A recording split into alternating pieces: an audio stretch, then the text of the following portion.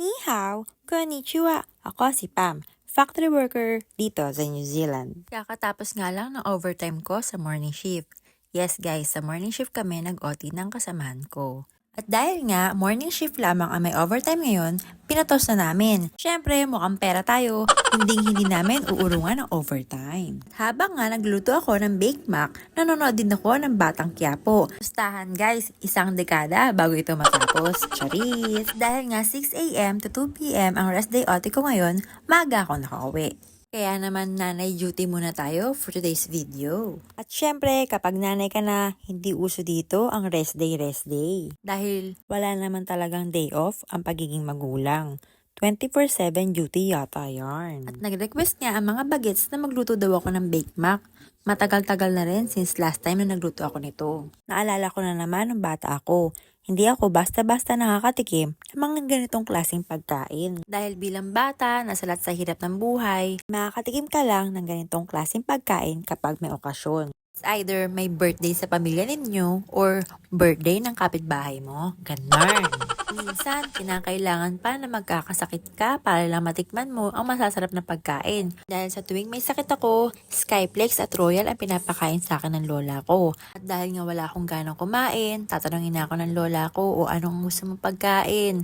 Siyempre, pag nakakaluwag-luwag kami, makakatikim na ako ng maling at corned beef. O diba, simple lang ang kaligayahan ko nung araw. Dahil hindi naman marangya ang buhay namin noon. Di kagaya ng mga kabataan ngayon, pakape-kape na lang sa Starbucks, pamilk tea sa kanto, o diba, shala? Samantalang ako, black coffee lang sapat na. Siyempre, bilang magulang, ayoko na rin maranasan ng anak ko ang hirap na naranasan ko nung araw. Favorite ko nga ng bata ako ay kaning bahaw dahil wala naman talaga akong choice kundi bahaw lang. Kain ako noon ng kaning bahaw plus mantika na may toyo, minsan mantika na may patis, bonus points na kapag meron pang kropek. O kaya yung tigpipiso na dipsy tsaka bangus. Oy, sinong relate dyan? Dahil nga Caviteña ako, tabing dagat kami sa Cavite ay lahat na yata ng klaseng isda ay natikman ko na. Gaya na lamang ng galunggong, tanigi, sapsap, tambakol, tambam, dilis, tulingan, hasa-hasa, tilapia, o ano na, nag-beatbox na ang person. Pero ang pinaka-favorite ko nung bata ako ay yung asohos.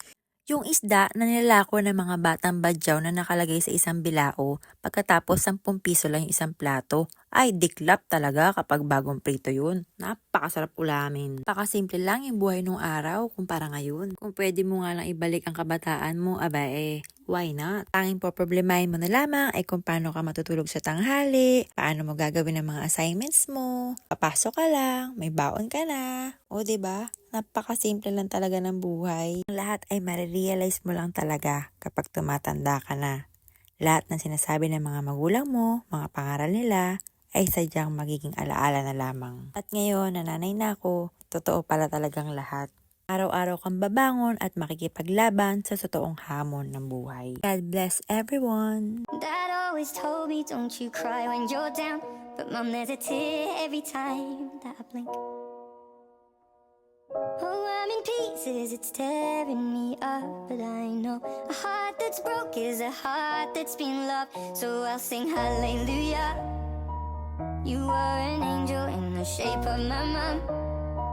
When I fell down, you'd be there holding me up. Spread your wings as you go. When God takes you back, you'll say hallelujah, you're home.